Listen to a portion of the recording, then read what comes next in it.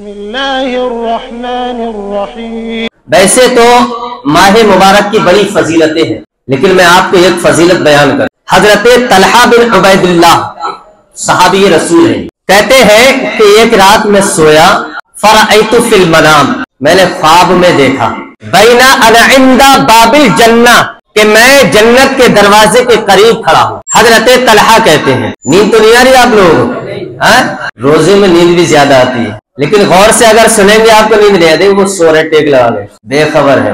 तो अगर अल्लाह का कोई वली ख्वाब देखे तो वो भी हमारे लिए काबिल एहतराम होता, और जब सहाबी देखे और फिर उस सहाबी के ख्वाब पे मोहर लगा दे मेरे नबी, तो फिर वो हमारे लिए सर्टिफिकेट हो जाता है, सनद बन जाती है।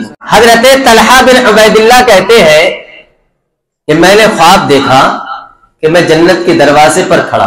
कहते हैं कि जिस रात में सोया था, जो मैंने ख्वाब देखा, उससे चंद दिन पहले दो शख्स मेरे नबी की बारगाह में आए थे और उन्होंने कलमा पढ़कर के वो मुसलमान हो गए थे, सहाबी हो गए। और जब इंसान कुफ्र के ऐवान से निकल करके दायरा इस्लाम में दाखिल हो जाता है तो गुज़िश्ता उसके तमाम गुनाह खत्म हो जाते हैं, अब उसकी नई जिंदगी शुरू होती है।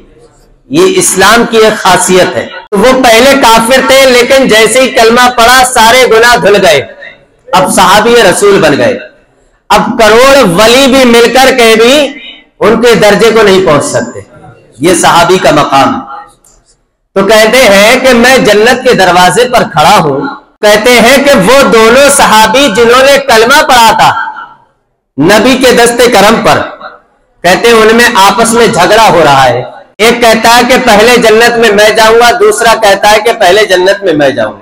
हज़रत तलहा कहते हैं कि जब उनमें आपस में झगड़ा होने लगा तो कहते हैं फखरजा खारिजुम मिनल जन्ना, तो जन्नत का कंट्रोलर बाहर निकल करके आया। इसकी जिम्मेदारी थी रिजवाने जन्नत जिसे कहा जाता है।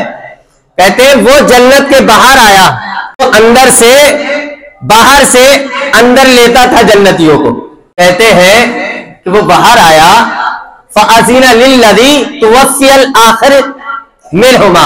हज़रत तलहा कहते हैं कि जब वो जन्नत का मालिक बाहर आया तो उसने उनमें से उसे जन्नत में आने की इजाजत दी जो बाद में इंतकाल किया था। उन दोनों में से जिसने बाद में इंतकाल किया था, हजरत तलहा कहते हैं कि उसने बाद वाले को पहले जन्नत में आने की इजाजत दी। हजरत तलहा कहते हैं खरजा फ़अज़िना लिल्लज़ी उस्तुशहिदा, कहते हैं कि फिर दोबारा बाहर आया जन्नत का दरोगा और फिर उसने उन्हें इजाजत दी, शहीद भी हुए थे, पहले भी इंतकाल किया था, और जिन्हें पहले जन्नत में दाखिल किया गया उनसे नेकी में भी वो बहुत फास्ट थे, नमाजें ज्यादा थी, उनके नेक आमाल भी अच्छे थे, उनके तहज्जुद गुजार भी थे, और आखिर में किसी जंग में वो शहीद भी हो गए। कहते हैं लेकिन अमल उनका उनसे अच्छा था, उसके बावजूद भी जन्नत में उन्हें बाद में बुलाया गया। पहले उन्हें बुलाया गया कि जो बाद में इंतकाल किए थे। शहीद का मकाम यह है, मेरे आका ने इरशाद फरमाया अश-शहीदु यनमु अमलु, शहीद का जो अमल होता है वो कयामत तक नशोनुमा पाता रहता है, यानी कयामत तक उसे अज्र मिलता रहता है। लेकिन उसके बावजूद भी ये शहीद हुए और नेकी में भी उनसे फास्ट थे, लेकिन जन्नत में इन्हें उनसे बाद में बुलाया गया। हजरत तलहा कहते मेरी आंख खुल गई, और जैसी आंख खुली तो ख्वाब इतना हैरत अंगेज था, मैंने सुबह को सबसे बयान किया ये ख्वाब। कहते ये बयान होते होते होते होते मेरे नबी की बारगाह में पहुंच गया। ये हमारे लिए बड़ी सआदत की बात है कि जो बात सहाबा ने नबी के पास पहुंचाई, उस बात का हल निकल करके हम तक आ गया। अगर सहाबा ना पहुंचाते नबी तक तो हम भी शशो पंज में रहते और सहाबा भी। कहते नबी के पास पहुंचा तो मेरे नबी ने इरशाद फरमाया सहाबा से, मिन अय्यि ज़ालिक ताजबून, میرے آقا نے ارشاد فرمایا تم اس خواب میں کون سی بات پر تعجب کرتے ہو؟ آقا نے کہا، غور سے سن لے ذرا، غور سے، روحانیت تازہ ہوگی انشاءاللہ۔ میرے آقا نے کہا کہ تمہیں کس بات کا تعجب ہے اس میں؟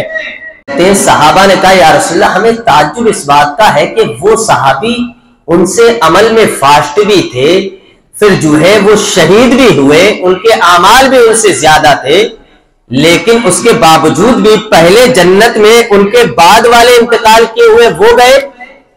تو میرے آقا نے ارشاد فرمایا کہ اس کا سبب کچھ اور ہے، وہ جنت میں پہلے کیوں بلائے گئے؟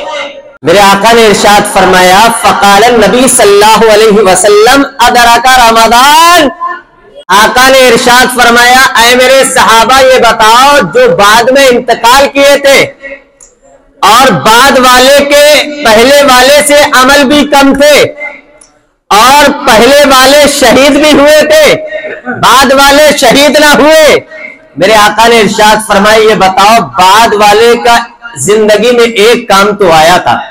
صحابہ نے عرض کیا کیا یا رسول اللہ؟ کہا کہ ان کے بعد وہ 1 سال اور زندہ رہے تھے، 1 سال اور زندہ رہے تھے۔ پھر میرے آقا نے کہا ادرک رمضان، اس 1 سال میں انہوں نے رمضان بھی پایا تھا، اس 1 سال میں رمضان بھی پایا تھا۔